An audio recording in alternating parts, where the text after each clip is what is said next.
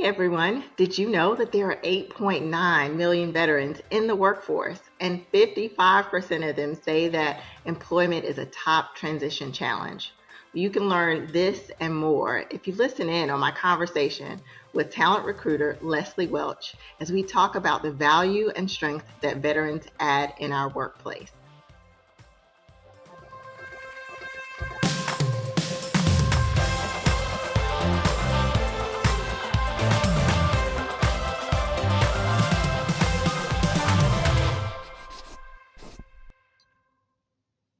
So thank you so much, Leslie, for being here today and joining us on Authentic Moments. Today, we are discussing veterans in the workplace, the value and the strength that they add to any job space, as well as any stereotypes that they may experience in the workplace. So when we talk about veterans, first of all, we're talking about people who have previously served in active duty in the U.S. Armed Forces and who are civilians now. So as of 2022, there are about 18.4 million veterans in the US, and 8.9 of them are in the workforce, each with the skills and training that can help address talent shortages in the American workforce and fill critical business needs. So, Leslie, I know that you have some experience in the U.S. Armed Forces. Can you tell us a little bit about what you do now here at Cone Health? And I'd love to hear you tell us a little bit about your military background as well. Thank you, Nikita. I am Leslie Welch. I oversee the clinical talent acquisition team here at Cone Health. I served in the United States Navy for 21 years. I retired as a Supply Corps officer, but I had the opportunity to be enlisted in Supply Corps as an officer, and I lived all over the world and all over the United States. So 21 years in the military. What was transition back into your civilian work life? What was that like? So thankfully, I had a great family and friends. My family let me come back home. I had 6 months left to finish my bachelor's degree, so they supported me while I finished my bachelor's degree so I could transition back into the civilian workforce. My friends gave me the additional encouragement and support, and these were my friends before the military and friends that I met while I was in the military. And they both gave me job leads, which ultimately landed a job for me that I held for 21 years also. And I was promoted in that company 5 times. And that company was before I joined Cone Health. Wow. So 21 might be a lucky number for you, Leslie. Crazy. So 55% of veterans actually said that employment is a top transition challenge, according to a 2018 report by the Society for Human Resource Management. So what would you say? What is it about your military experience that has been an asset for you in the workforce? I know you said you finished your bachelor's and you had some support with even some job leads, but how do you see that experience as having been an asset in the civilian workforce?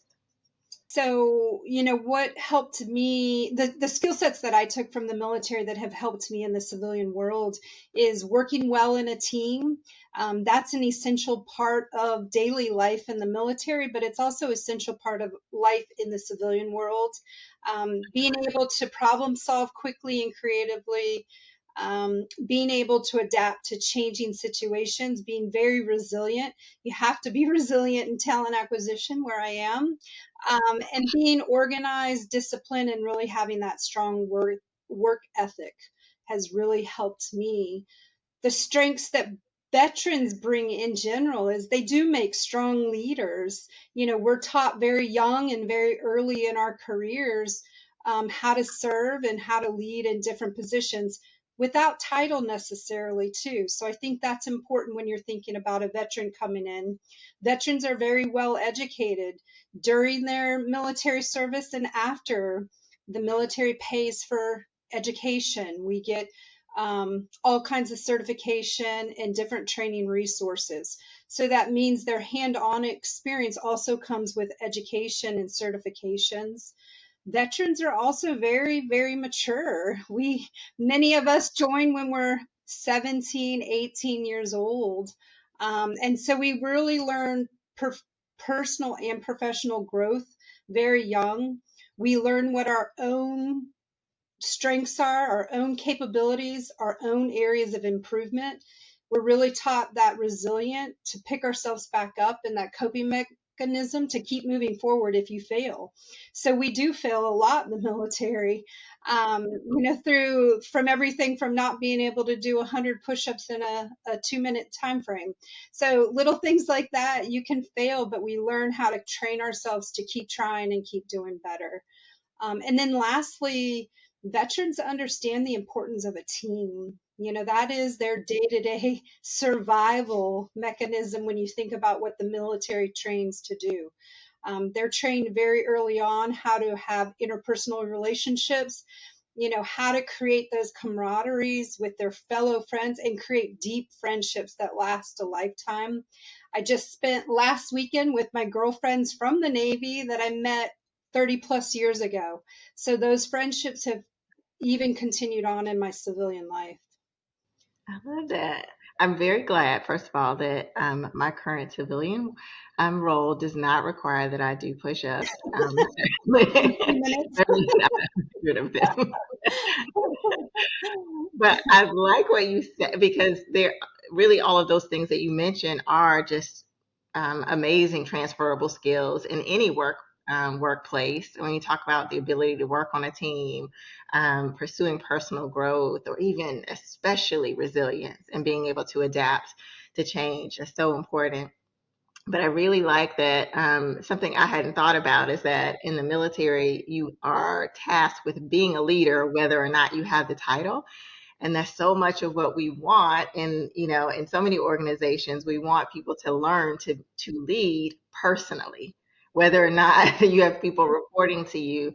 So I could see that as a huge opportunity for military veterans in the workplace to model that in organizations. I could see that being an asset. Oh yeah, leading by example is huge in the military, and it should be huge in the civilian world too. So Yeah. easy skill. So you talk a lot about some of the advantages.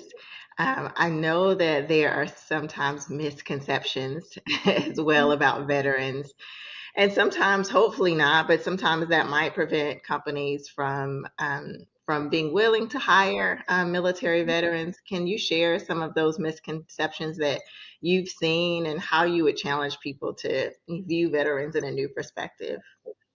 Yeah, so a lot of people consider veterans a victims group that they require special considerations. They don't. They hire a veteran because they're of value to your organization, not because you think you owe them a job. That's nothing further from the truth. Veterans have skills, training, they have intangible attributes like discipline and team mindset that they bring to an organization. The other thing is veterans pose a security or safety risk because they suffer from PTSD. Only 15 to 18% of veterans actually serve in combat. So PTSD is generally not a cause for concern in the workplace. And civilians have those same traumatic experiences that they sometimes too experience PTSD. Yeah. Another one is veterans are desperate for jobs and they're a source for good and cheap labor. That's not the case. Veterans face high unemployment, but that's not the truth. Actually, overall employment is higher than what veterans face. So that veteran unemployment rate is typically lower than the overall national unemployment rate. The reality is that veterans make great employees and they want to be fairly compensated like everyone else. And then lastly, veterans, a lot of times people give up on hiring a vet because they don't understand their military skills or how they're equivalent to the civilian world or the civilian job that they're applying for. So as a hiring leader, you have to ask, or as a recruiter, you have to ask those thoughtful questions, to understand what those skill sets they have and how they use those skill sets to perform their jobs. Um, Also ask what type of jobs they did, the training they received, and the types of leadership roles they had. And then you, as a hiring leader or recruiter, if you don't understand, look for a veteran in your organization and have them help you interpret those military skills. And there's all kinds of websites that can help you interpret those skills too, so that they have a transferable skill set that can work for the job that they're applying to. I just as you were talking, it just made me realize what an asset it is to have you in a recruiting role, given your background. So when you, as a recruiter, you're also interacting with the hiring leader, and I'm curious, what do you, as you're talking to hiring leaders, and you know that you might have candidates that are military veterans, is there any advice that you give them, or what do you tell hiring leaders about, you know, considering those veterans? Yeah, I mean, I think it's really about asking those questions, just like you do of any other candidate, and give them the opportunity because their skill set, and we see it in the nursing space. So we have a lot of medics. They had actual real world experience, in particular areas, but sometimes we don't see the education or certification that comes with being a nurse. They might be in nursing school, but I would ask those additional questions, about that job and what you're expecting them to know. So just understanding what they've done and how it translates to what we do in our roles today. Good advice. So I think we talked a bit about veterans, but you helped me to see this recently, a topic that we don't talk about very often that's equally important is military spouses. So, Yeah. can you share a little bit about some of the challenges that are unique to being a military spouse, especially as we consider work, and as well, what's the wide array of skills that they can bring to the table in the workplace? Yeah, so military spouses are often overlooked. They have about a 34% unemployed or underemployed rates. But military spouses actually, on average, have higher formal education and are highly adaptable and can easily manage stressful situations than a civilian worker, even though they're considered a civilian too. Um, Also, some of the misconceptions about spouses is that they're job hoppers or they're unreliable because they do have breaks in their employment. And often they don't have those linear career paths like we see because they do have to move overseas. And a lot of companies won't support overseas working remotely or working situations.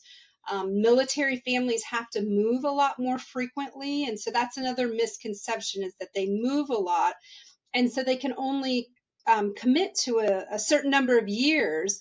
But in truth, military spouse employment tenure is largely in line with the general population. So it's just an assumption people make immediately, and so they immediately say, no, I'm not going to interview that person because they're a military spouse. Um, also, we've hired several military spouses on our recruitment team here at Cone Health, and they do have a broad, diverse skill set. They're passionate, they're committed, they're resilient, they're proud to be a military spouse, but they don't want to necessarily be defined as a military spouse. They want to become who they are, and they have a career and an education, and they want to pursue those paths and be given an opportunity. And a lot of times companies won't give them that opportunity because they've had that non-linear career path. So I think we need to give them an opportunity because they are a big part of their financial support for their family too, because typically they have to work also. Wow, and that's a really important. I think that we talk about military veterans, but we don't Mhm. often, or maybe not enough, talk about military spouses. And I think you highlight something there that makes me think about, it's not uncommon to be asked to explain gaps in Yeah. employment or why you Yeah. were here for this amount of time. So it gives us another lens to look at that, through which to look at that, and maybe whether or not that's even an important question to ask. Mhm. So there's an array of reasons that people might leave. So And many military spouses, they have that gap, but typically they've done volunteer work. They've been a key spouse, meaning they hold volunteer roles within the military organization. They might volunteer at their, at the daycare, wherever, but they typically are doing something work-wise, but it might not be in that direct career path. it makes me think about change management too. Think about setting your whole family up in a new Oh, country or it, state. we have somebody on our team that's going through that right now. I mean, they've got to manage the move for the family, setting up the new home, getting passports, going through. I mean, it's a process, and that Yeah. is a lot. And that's a transferable skill set if we look at it that way. For sure. It's military families give us a lens through which we can look differently at what transferable skills really are. Um, Yes, so yes. I love that. I appreciate you kind of enlightening us in that way. Hmm. So you, Leslie, are a part of our Veterans Resource Group here at Cone. We call it VetNet. And I would love to just hear from you. You've been a part of it for a while since you've been here. So how does it benefit you to be a part of that group? Why do you think those groups are important? I think for me being a veteran, being in talent acquisition, recruiting, it helps me improve veteran and military spouse recruitment efforts for Cone Health, but also to be able to have a platform like this and to be able to share additional information. It's being a champion and a voice for military and their spouses, and that I can translate experiences that I've had or felt into what they're going through. It's just providing that support, that comfort zone. If somebody needs to reach out, I connect with a lot of veterans and help in a lot of different ways within our community and, through LinkedIn and other platforms. It's just an opportunity to help another veteran get the same opportunity that I got in the civilian workplace. That's awesome. And uh, as we approach here, um, Veterans Day Yeah. very soon. How will you be celebrating honoring Veterans Day, and what would you suggest for employers? Hire a vet. I think hiring a vet, it allows you to gain an employee who is dedicated, leads naturally, has an array of skill sets that will become your greatest asset that your company can have. I think hiring a vet would be awesome if everybody could hire a vet. I think to continue to talk about hiring vets and military spouses and having that as a talent acquisition strategic strategy is important, because they do have a lot to offer, a lot of skills, and just diversity and worldwide exposure. There, I could go on and on about a list of things that they bring, and sometimes those things are overlooked, based on some of the misconceptions or things that we talked about earlier. People just pass them by based on their own assumptions of something. I think you have absolutely broadened our view about the experience, the skills, the lens that veterans can bring to the workplace. So this has been an enlightening conversation. Thank you so much for being willing to share the real value and asset that veterans can be in the workplace. So thanks so much for chatting with us today. Well, thank you for having me and giving me this opportunity to share more about veterans and military spouses and the opportunities that they can bring to any organization. Thank you for listening to Authentic Moments. To hear more episodes and receive information about our diversity, equity, and inclusion efforts at Cone Health, click the link to visit our SharePoint site.